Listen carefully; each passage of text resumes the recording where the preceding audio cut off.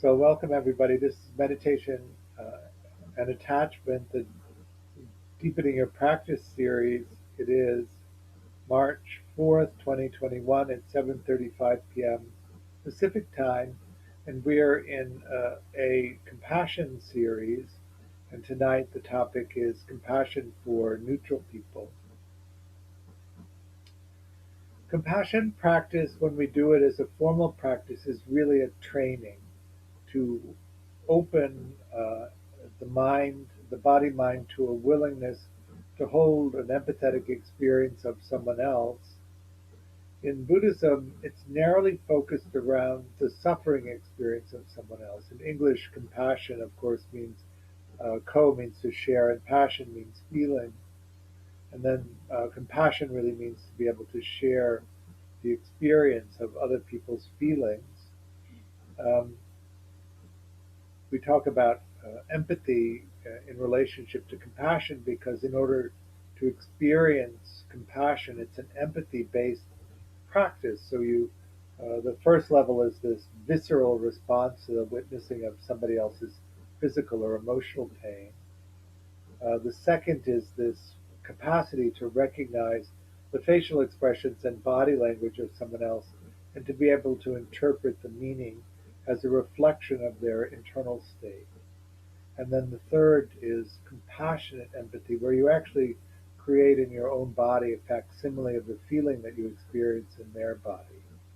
So in an empathetic exchange, you take in the feeling experience of the other person and feel it physically in your body, and they take in your internal experience, and then they feel it in their body.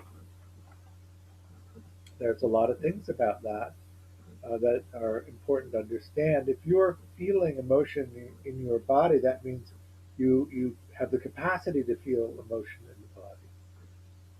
Not everybody has that. We might, if we do have it, make the assumption that everybody does, but they don't. And that often depends on their attachment conditioning. When you look at anxious, avoidant children who face an unending stream of rejection of their attachment needs by their caregivers, the main way that they learn to regulate their emotions is by suppressing awareness of them. So they simply disconnect the feelings state of their own emotions in the body. Sometimes, if it's extreme, they also disconnect the second level of empathy of being able to read other people's facial expressions. If you encounter somebody like that, what they require from you in order to communicate what your emotional state is for you to describe it in language, in words, because they're unable to detect it. Um, so when you talk about compassion, you're talking about a base level of skills that need to be in place, and not everybody has that base level of skills in place. So they may or may not be able to experience a genuine, compassionate response to something. If you talk about anxious, ambivalent children, so anxious, avoidant children become dismissing adults, and anxious, ambivalent children become preoccupied adults. Preoccupied people often are able to engage in a kind of pseudo empathy. They're very focused on and engage in an awareness of the mind state of other people, but they often in the process lose track of their own emotions. And for them, it's an external reading of the other person. So that's that second level of empathy. But if they get so disconnected from their own emotional experience and their own internal experience, they don't really have any way to map their own emotions or the empathetic experience. So it's not embodied, it's really just a teleological view or secondary kind of empathetic experience. So when we talk about the development of compassion, what we're talking about is uh, this series of skills which are necessary to generate a genuinely compassionate experience. One of them is attunement, and this is where you place your attention on somebody and they see that your attention is on them, and then they place your attention on you, and you know that their attention is on you. Everybody, I think, probably has the experience of attunement. One of the things to pay attention to with attunement, of course, is that it is accompanied by an emotional response for being seen or revealing yourself to someone. So there's a quality of vulnerability in that. Can you regulate your own emotions well enough to hold the attunement with someone else? And then we get into the distances of the capacity of the human eye to resolve a visual experience. So at 8 feet, um, uh, the human eye has a hard time resolving uh, uh, visual experience at a resolution which is sufficient to drive much of an emotional response. Because you can't really see emotional micro expressions, you can't really make out the fluctuations of the iris of the other person, and you can only get a general sense of what's going on with them through their more for the from larger body gestures and a basic understanding of facial expressions. It tends to produce much less intensity. But when you get to within 3 feet of somebody, the human eye has enough resolution suddenly to be able to detect at a much subtler level the emotional micro expressions in somebody's face and have a much more data in terms of what they're feeling. So you may notice a stronger reaction to that. And then when you get within, say, a foot of somebody else's face, you begin to be able to see the subtle fluctuations in their irises, which is something that you can't mask. Most of us who live in urban environments have learned to suppress the spontaneous expressions of emotions on our faces unless we feel safe and unguarded. But even if you did feel guarded, you wouldn't be able to suppress the change in your irises. Now, you may be thinking, I don't know how to decode the fluctuations of somebody else's irises. What are you talking about? But if you had a sensitive enough caregiver when you were an infant and you were cradled in the arms and your face was 6 inches from somebody else's face and they took care of you, part of your capacity to recognize their face would be to recognize the various states of their irises and assign meaning to it, which would be unconsciously available to you. How many people do you get allowed to be within a foot of your face and stare into your eyes and track your irises without too much of an emotional response to that you can't allow it? That would be the question to understand. We often, in the beginning of practice, of course, think ourself is in charge of all this, but this is another one of those examples pointing to the self is actually the end of the process, and that the body mind is engaged in this process of an exchange of information and assigning meaning to it, even if the self doesn't really have a handle on it. Christian? In the preoccupied example that you gave, where the third level of empathy is not present, does that mean that because they're not aware of their own feeling, they can't have it arise in themselves, that they don't really end up taking the other person's feeling seriously? Well, it's not so much that if you can't differentiate your own feeling from somebody else's feeling, you can't really assign a meaning to it in that way. And often, because the internal experience of a preoccupied person is so chaotic and their own emotions so dysregulated, it obscures the subtle embodied empathetic experience, and so it becomes teleological because the felt sense of it is absent.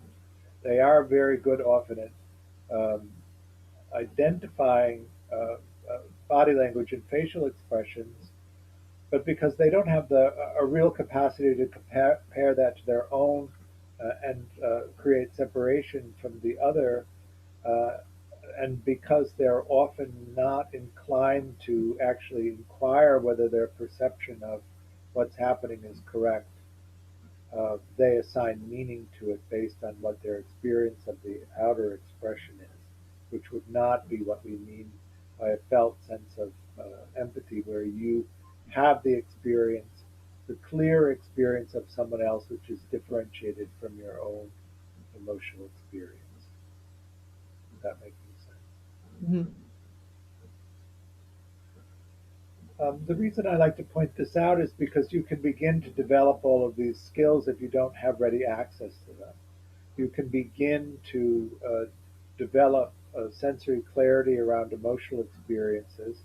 There are four of these experiences that I recommend that you develop. One is the awareness of your own emotional response to the present moment. That tends to play out on the surface, face, front of the throat, front of the torso, inside of the arms, inside of the legs. It's a vibratory energy that first we discern to be emotional in nature, and then as we develop clarity, we're able to discern one emotional pattern of sensation from another.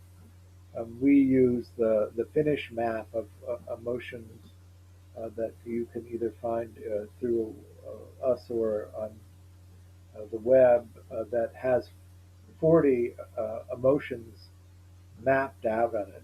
The Finnish study was done by self-report, so it's not empirical in that sense.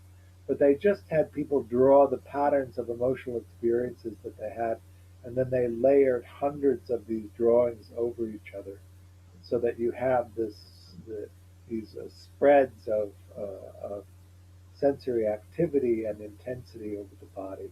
And they mapped 40 of them. So the only one that covers the whole range is joy, and all of the other ones covers parts of that, so that you begin to recognize the patterns of activation and you can tell one emotion from another. The second kind of emotional experience that you want to track is self-generated emotion that's associated with thinking. So in the West, of course, we've divided thinking from feeling, but in Buddhism, that's not happened. All thought has an emotional component. And so when you think a thought, it generates a feeling state in the body, and that plays largely in the same arena: face, front of the throat, front of the torso, inside of the arms, inside of the legs. The third emotional experience is the somaticized emotional experience that we hold as a result of being emotionally overwhelmed. It gets stuffed in there, waiting for later processing. So, depending on how sensitive your caregivers were when you were young, either they took care of you well enough so that you didn't really start using somaticized emotion as a regulatory part of the regulatory system, or they didn't, and you stored a lot of emotion in the body, and now you need to attend to it as an adult so that you can release it and regain some of the energy. It takes an enormous amount of energy to hold somaticized emotion. And the more that you release it, of course, the more you get that energy back that you can use for other things. And then that fourth one is the empathetic experience. One of the things about the empathetic experience is that um, people often report that it's directional rather than over the surface of the body, and that it is in contrast to the emotional experience that you're having. If you don't have really good clarity with it, sometimes it can be confusing that you're having a feeling state in the body that you're not really understanding why it's there, or what would be how you would be reacting in such a way that you would then have that experience. I noticed that um, often it's just situational. I was co-teaching a class with somebody, and I made one of my offhanded remarks about Republicans, which I'm sometimes known to do. And I suddenly felt this whole side of my body lighting up with a kind of heat-like energy, and I was really surprised at what it was. And then I looked over, and I could see from her expression that I was being bombarded with anger, and that the whole side of my body had lit up from it. Um, the so that's what you want to have. That's the basic tool set of compassion. The piece that we do in the formal practice to develop the willingness to hold that suffering experience of other people is just that, the attention to the willingness to hold the suffering experience of someone else. The untrained body mind, when it encounters an afflictive experience or an unpleasant experience or a painful experience, reflexively will turn away from it, will disconnect the empathetic capacity and switch into the sympathetic response. So sympathy is the near enemy of compassion. You shut off the empathetic experience and flip to a sympathetic one. So a thought-based cognitive reaction rather than one that is also affective or emotional in response. The main difference in between the two for the experience of the other person is the sympathetic response is not that helpful in emotionally regulating the distress. If you make an empathetic connection to someone and you allow that exchange of empathetic experience and your experience of them comes into you and you bring your emotional regulation skills to it, then you begin to transform it. And as it's passed back, it's coming back in a more regulated form. And over a period of time, you can begin to co regulate with the other person. Co-regulation is one of these fundamental activities between human beings, which I think is important to pay attention to. It is largely unconscious and it is largely automatic, and sometimes you can do it and sometimes you can't do it with somebody. Most of the time, if you find that you feel emotionally regulated just by hanging out and spending some time with somebody, that process is unconscious and automatic. And so it's hard to adjust that if that isn't actually what happens. There's a number of outcomes. One is that you feel great and regulated and balanced after the exchange, um, and they feel dysregulated by the same exchange, and so they don't want to hang out and connect to you because every time they do, they feel worse even though you feel better. So that's a kind of mismatch that can happen easily enough. Sometimes you encounter somebody and not much happens. You just feel the same as you did before, and they could feel the same as they did before. So there's not going to be a lot of traction in that connection because it doesn't serve that central purpose.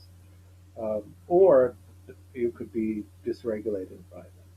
So you feel either regulated and better, you feel the same, or you feel dysregulated, and so they will have the same experience of one of those, and then what you're looking for then is somebody that makes you feel much more regulated, and the other person also feels much more regulated in the exchange, and that's something to value and put energy into.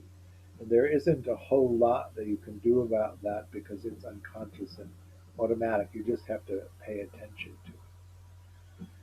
But when we have these empathetic encounters with other people, the possibility of connecting is there, and it's this automatic and unconscious process, which, if we are then touching into a lot of suffering in the other person, we may have an automatic, visceral response of wanting to disconnect and shift into an empathetic experience. Sorry, a sympathetic experience, not an empathetic experience. And so, in the formal training around compassion, what we're really doing is training the mind to intercept those uh, experiences of other people's suffering and not just reflexively turn away from them, but to intentionally open to an empathetic exchange with somebody. That's the activity of compassion. The near enemy is sympathy, which is the intellectual or the cognitive understanding of their suffering and then responding in a cognitive way to somebody else's suffering. One of the things to pay attention to about this, and one of the reasons why a sympathetic response is often not uh, uh, useful to the other person, is that when you're in a great deal of distress, the cognitive mind has a tendency to shut off and you become emotional.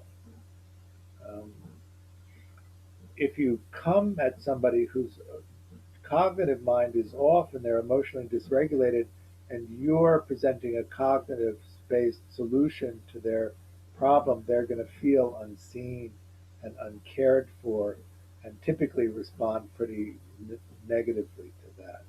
And they're not wrong. You haven't seen them and you haven't responded in a way that would be useful to them or meaningful to them, even though that tends to be where we go when we disconnect our own emotions to be able to come out of the suffering experience that we're aversive to in that moment.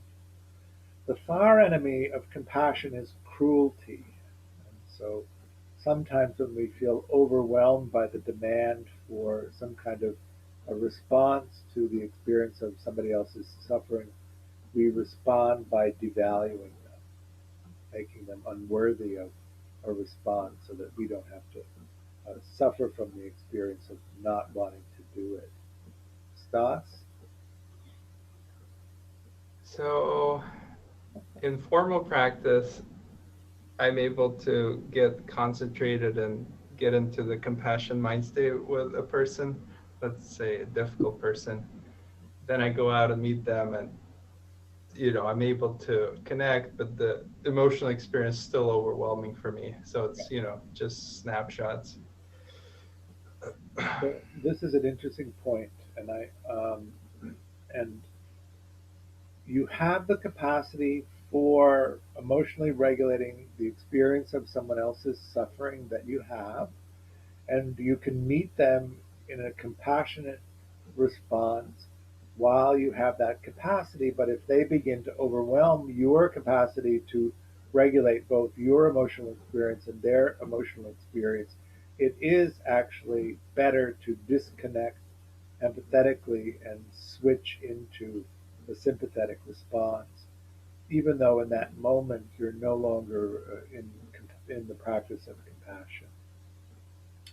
We don't want to have two dysregulated people that are needing a third for a compassionate response. We want to be able to manage that. So when we were talking earlier about these basic skills, one of the skills is to develop a great capacity for emotional regulation so that you can really regulate your own emotions in response to somebody else's suffering. And that the greater your capacity to do that, of course, the greater your capacity to hold the experience of somebody else's.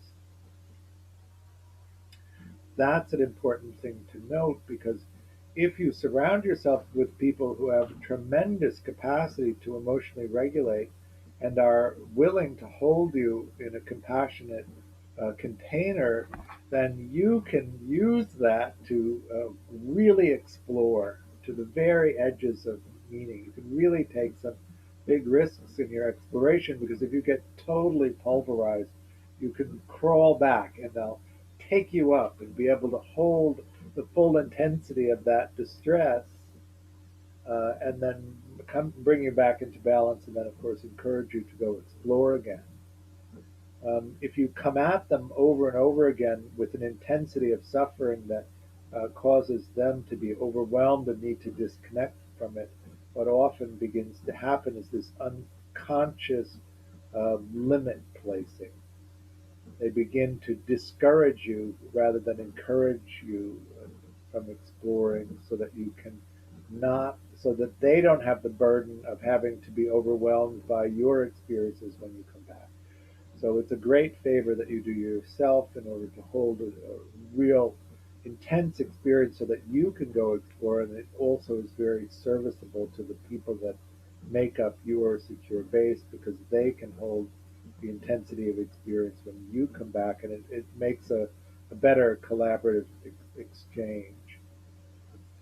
But without question, if you find that you're being overwhelmed by the suffering experience of someone else and you're about to lose your emotional equilibrium, it is better to disconnect for both of you, and then re-regulate yourself, and then open again to the empathetic experience, and do that as many times as you need to. Is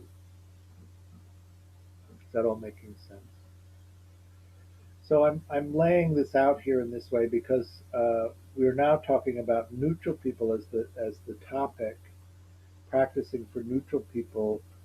You go out into the world, of course, and you open the compassionate container as you're wandering around, and you just allow these sort of random connections to people that are in the neutral category. So neutral means people that you don't use a lot of resources, time, energy, or resources to support, and you don't have a lot of aversion to them, either strongly favoring them or repulsed by them. And so you move through the day open to the experiences of other people and engaging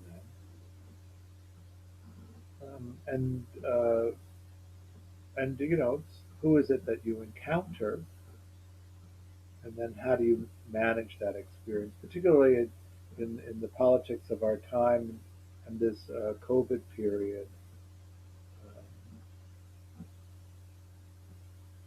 how do you take care of people? I'm always surprised as I encounter these uh, sort of anti-mask people. A particular bone with this is the idea that you would have so little regard for other people that you would not be willing to protect them with something so simple as wearing a mask. So, to me, this is a failure of compassion, a failure of the willingness to actually take care of the people in the community.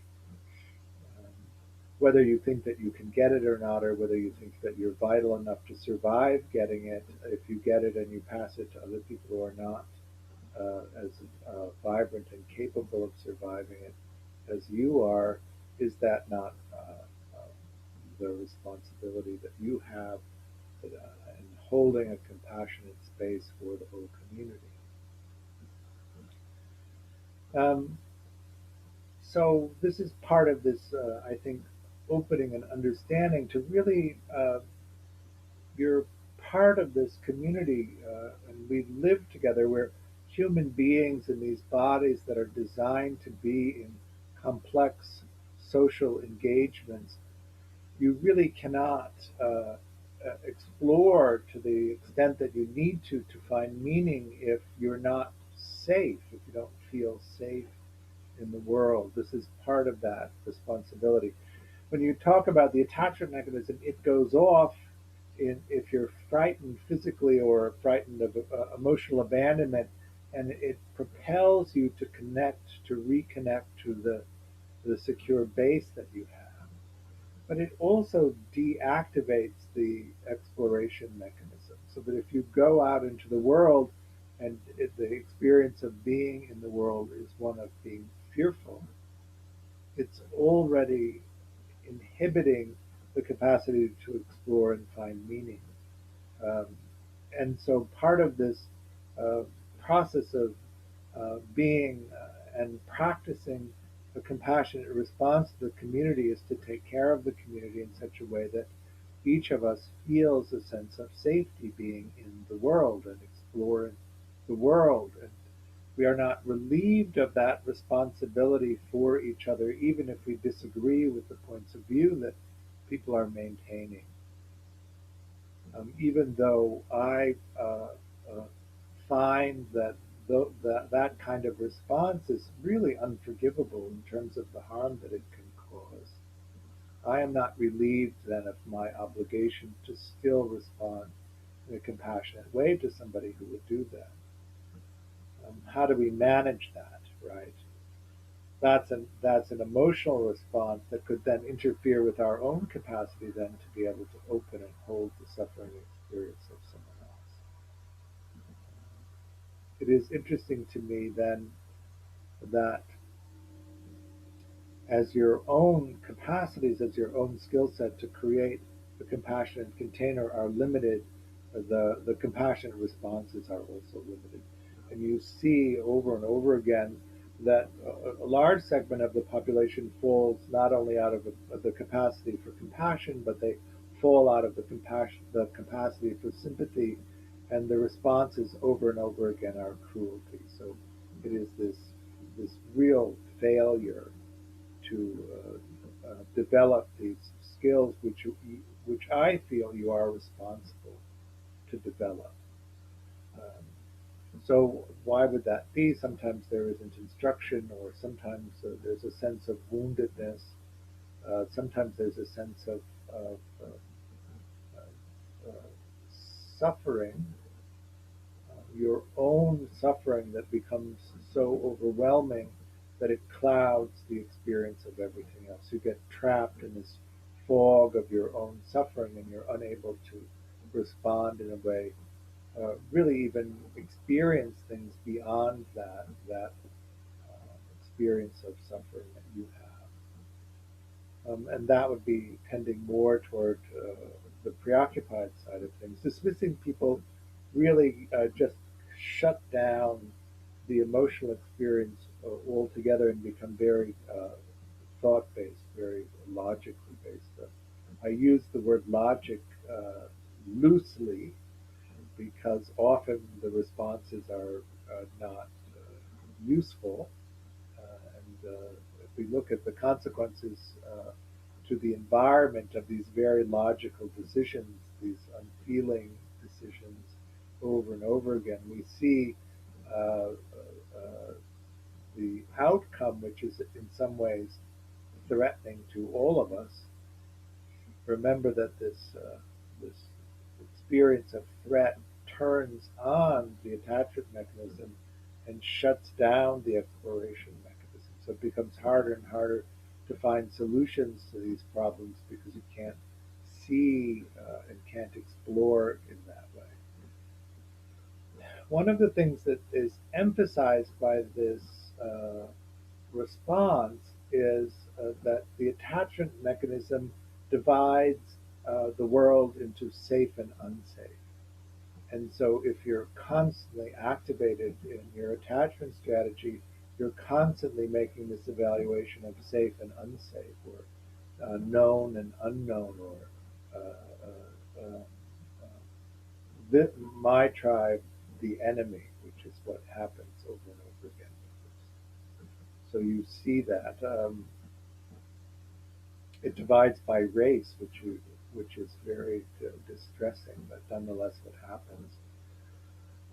The capacity for the human brain to decode facial expressions is so complex and so difficult to learn that we often learn it based on the facial features of our own race group. And if you haven't had intimate exposure within a foot of your face of other facial arrangements that vary based on race, then you actually can't decode them. And so they become other, they become stranger.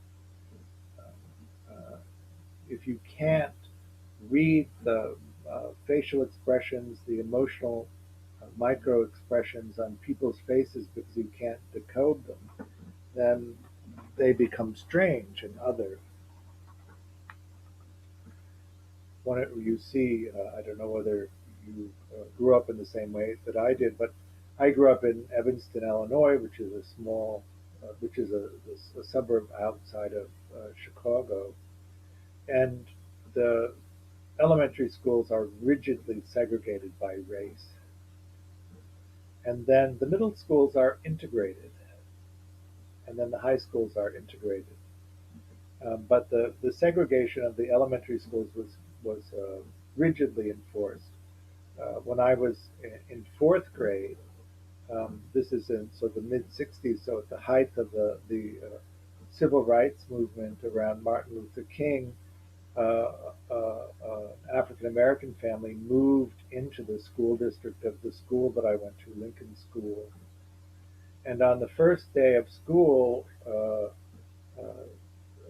the kid's name was Charles, came to school, and he was in my class, and we all lined up to go in. And I said hello to him because my mother was so rigid about um, manners. Um, and that night, somebody threw a Molotov cocktail on the porch of their house. He came to school the second day. I said hello to him in line, and did not speak to him beyond that. And they put a police car in front of his house. And at 2 o'clock in the morning, the police went on their break, and then somebody came and burned the house down with the family inside of it. They were able to escape, but they abandoned the attempt to integrate our school. I saw him years later in eighth grade at a summer school class, and he came over to me and he thanked me because I was actually the only person who had spoken to him in the 2 days he was at the school, and it was not much of a gesture to simply say hello to somebody. So you can imagine the extreme nature of that experience for him, and then to have the house burnt down and to have the police fail to protect. But I think there also was some understanding that if kids don't have that experience across race lines until they get to be about, what, sixth graders, what's that, 11 or 12 years old, then it's less likely that they'll be able to form relationships across the race lines later because they won't be able to read the facial expressions and body language of somebody and will create that natural spacing of other. And so we need to pay attention to that natural mechanism that we have, and to be willing to open to this compassionate experience of other people, even if our attachment mechanism is coming up and creating this division. So watching that attachment activation, and then opening, uh, creating this willingness to open to the experience across those lines, and then to be willing to hold that suffering experience, be willing to track uh, what it is actually that's coming in that's creating emotional difficulty for us. Because as soon as our emotional experience exceeds our ability to regulate it, we will not be able to hold the compassionate experience, and will disconnect and move subtly into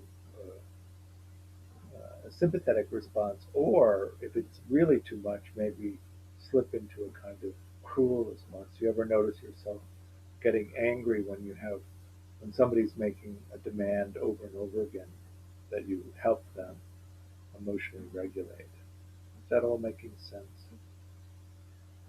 Particularly now when the extremes in the politic are the way that they are, and some people's active disregard and active, um, it almost appears to me to be intentional causing of harm. We are not relieved of our obligation to respond in a compassionate way if we can, also recognizing our limitation. So then we train in all of the different skills that I mentioned in order to be able to do this. And part of this is the formal practice of causing the mind state of compassion to arise. So in the beginning, of course, understanding what a mind state is, understanding which mind state is which, and then having agency to be able to generate a particular mind state and hold it. It's going to be very helpful in terms of this practice. So if you can hold the mindset of compassion, of course, it changes the way that you create conceptual reality, which makes it easier to be able to hold the compassionate experience of other people. You're holding this, you're creating this container, making it large enough to hold their suffering experience, and regulating both your emotion in response to their suffering and also their suffering emotional experience. That's the task. Fair enough in terms of it. when we do it for ourselves or for people who are close to us, and we can see the advantages of it in our own small bubbles, our own small social networks, that's one thing. But in in going out into the world and doing it for neutral people, which includes everybody that we actually encounter, then it's quite varied who it is that we're going to respond to. Obviously, or maybe not obviously, but I'm older, so I'm socially distancing, and my random interactions with people is quite limited in comparison to what it can be. So um, let's do some practice.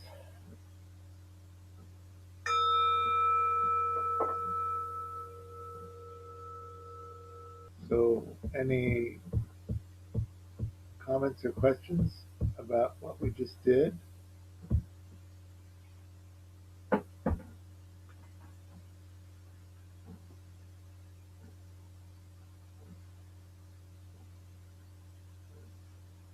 Aaron? Had a really unusual sensation arise when I was envisioning this person and giving them the phrases. I had this overwhelming kind of heat arise in my head, and it almost felt like a fever. Oh, a And what? like a fever. Uh-huh. And I've never experienced that before while doing this practice, and I found it very odd. I mean, I kept doing it anyway, but it persisted almost through the whole meditation. Just in the head? Yeah, largely the head and the face, and a little bit around my neck and shoulders. Uh-huh. So I would probably describe that as PT.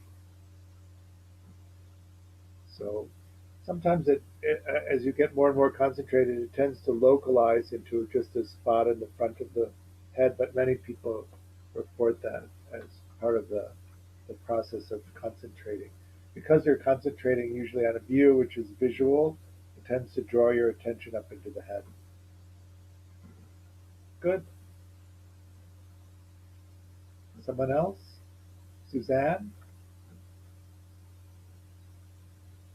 Hi. So I had a lot of resistance to um, generating compassion for my neutral person. Um, yeah, I just kept having the thought of just not feeling like I cared enough for that person to generate compassion for them. So I went to my easy person. Okay. Um, yes, I get that. That's one of the challenges of working with neutral people.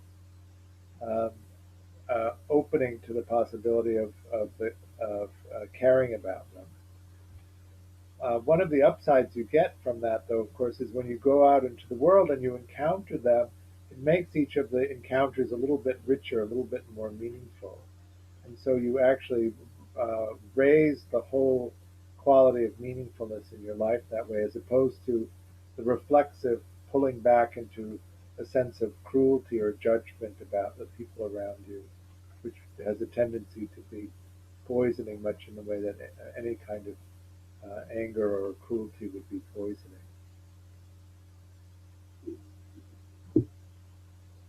Someone else?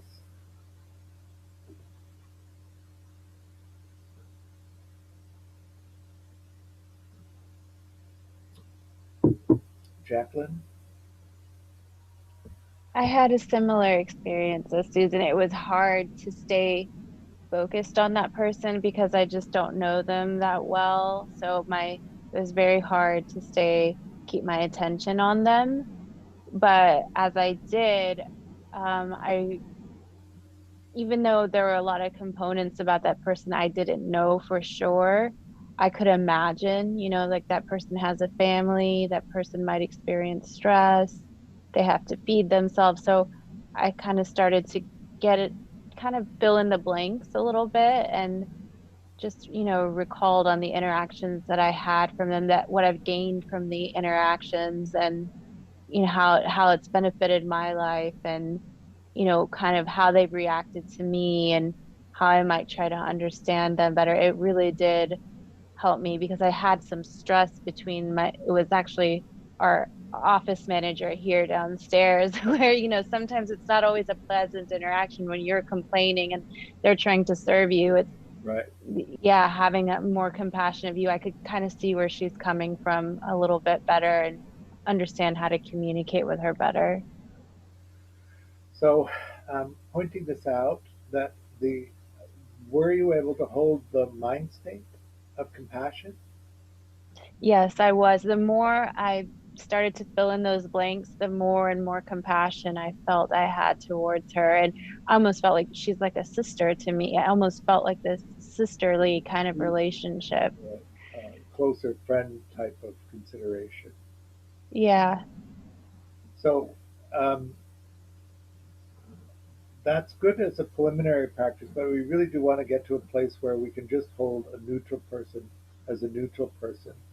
One of the things that I noticed about your description is that uh, it was a narrative about the person, creating a narrative about the person, and then um, uh, holding that space around that. Um, we would call that a kind of wet practice rather than the concentration oriented dry practice, because you're generating a narrative about it, which is producing the experience. And in the dry practice, we really just want to focus on the mind state and holding the mind state for whoever we want. Now, it's correct in that when the object isn't engaging in the way that we normally are engaged by objects, the mind has a tendency to want to go somewhere else. And so the real training is to keep pulling it back and activating the mind state so that we can hold that mind state in relationship to anybody. So um, I applaud the practice that you're doing, and I also want to point out the direction to go in. Thank you. Yes, because that's kind of what I did in supplement. It was kind of challenging. So thank you for the guidance. All right, good. Someone else? Christian. I was trying to determine if the mind state I had was really compassion, because at some point it got really concentrated, um, and it felt good. And so I was kind of trying to test, like, is this because I settled on the phrase, like I turn towards your pain and sorrow, which I think made sense in terms of how I'm intending it. But I think a lot of the time I think of compassion, or my experience of compassion, as sort of someone's going through something sad, or someone's going through something difficult, and I'm like there with them, and I wasn't experiencing any kind of sadness or anything, but I guess I was just trying to figure out how to test the actual mind state, because I seemed to be very concentrated, and I kind of had it almost kind of hurt in my head. Um, Good. and it was I noticed when I get into either this or meta, it sort of like cranes my neck up, like I'm gonna like fall over somewhere, or so I don't know. I guess I was just trying to, what's the test for? Is this really like the exact mind state I think it is? So then, when you're with somebody and they're suffering, can you hold the space without having to solve their problems? I Just be Yeah. emotionally regulating. One of the things to understand about this is if somebody's suffering and the emotional experience is intense, their exploration mechanism is off. And so you may leap in, and because your capacity to mentalize is operational, that you can solve all of the problems easily for them. But they may not need that. What they probably need is just somebody to help them emotionally regulate so that their attachment mechanism can go off and their exploration mechanism can go on. And once it's back on, they can solve all those problems. They don't need your help to solve the problems. They need your help to emotionally regulate them so that they can settle and then be able to solve their problems. And often that's where we get into trouble. We think compassion is where we come in and save the day, but that's really more for us and our experience of being the savior rather than actually being helpful to the other person. One of the things that I like to say, if you're going to be helpful, then it actually has to be helpful.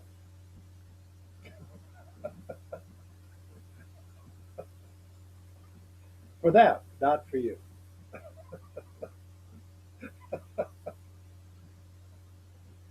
Is that good enough?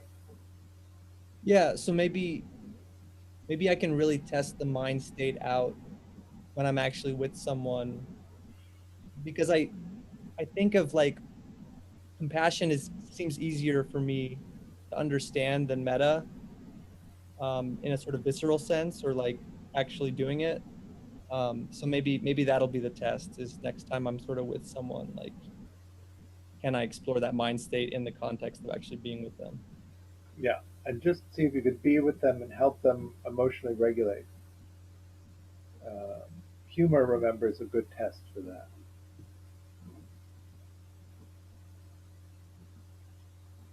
All right, good. So thank you everybody for coming to the class and engaging compassionately our community, which is in such need at the moment. Um, Let me just tell you, Sorry, Linnea, I don't mean to interrupt, but sorry, Linnea raised her hand. I'm sorry, I didn't see it, and I didn't see the little yellow paw up there. So go ahead. Do we have time or Yeah, I yeah, don't it's have? fine. Okay. I also had a similar, oh, and thank you, Jacqueline. Um, similar query as Christian, because I was like, is this um, really compassion? Like I'm worried that I'm just generating sympathy and not like a sympathetic. So I was kind of like testing out phrases that I would use if I were being cruel versus sympathetic versus compassionate. And then, and I did, yeah, I did.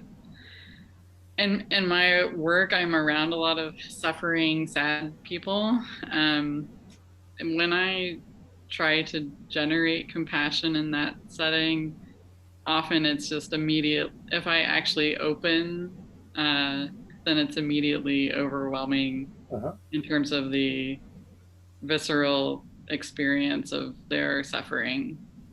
And I feel like I remember you saying something, George, about not not necessarily going to sympathy, but going to loving kindness. Would that also be appropriate? If Yeah, totally. I think okay, sympathy is not a. I don't want to in any way denigrate sympathy. It's a great tool, yeah, and you should use it whenever you need to.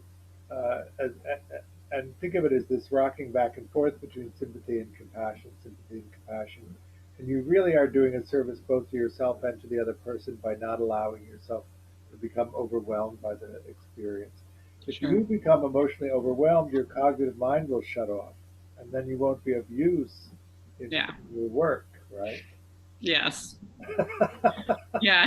It's just I did it for like half a second. I was like and just immediately shut it down. So um, and then in this practice, my experience of compassion just it feels like a very kind of serious mind, like it's the energy is calm but not I don't I don't really associate humor with a compassionate So, mental state.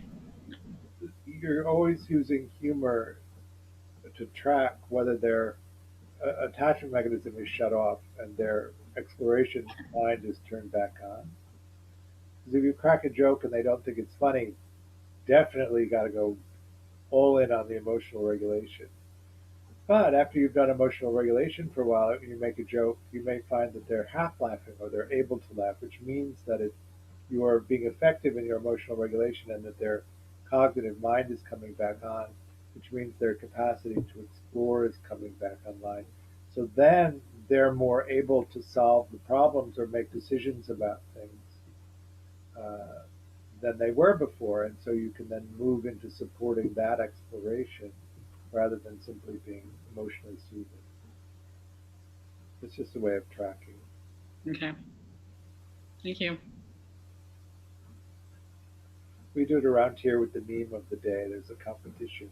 So we see whether people get too stressed out. They don't find it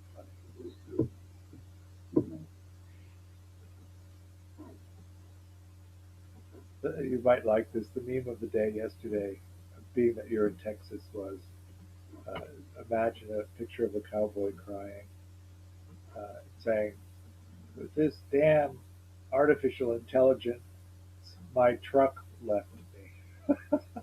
This damn artificial intelligence and self-driving cars, my truck left me."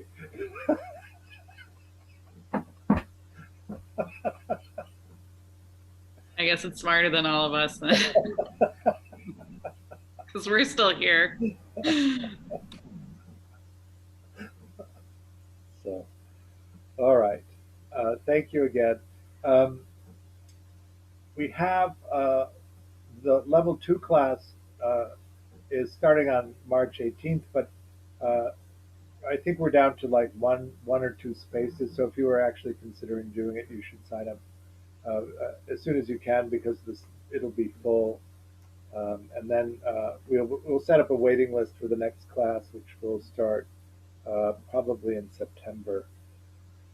We have a uh, meditation and addiction weekend retreat in April coming up. If you have addiction issues or you have friends or family members that have addiction issues, it might be useful to take a look at that class. It is I don't know if you're outside the addiction community, you may not have awareness of it, but the pandemic and the social isolation that accompanies it has been terrible for the recovery community, and the ODs are skyrocketing and the deaths are skyrocketing. So it's an important thing to pay attention to. And then in June, I think it's June 12th to June 19th, we're having a virtual retreat.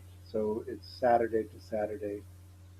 Take a look at that as well. We do have some scholarships for the level two and also for the retreat. Um, and then we will put up the calendar for the second half of the year. We're going to do a series of level ones, the 4 day longs, and we'll do another level two class, and then there'll be a retreat. I wish I could say that I was confident that we could have a residential retreat at the end of the year, but I'm going to guess that that one's going to be virtual, and that maybe in the summer of 22 we'll be back to residential retreats. We'll see.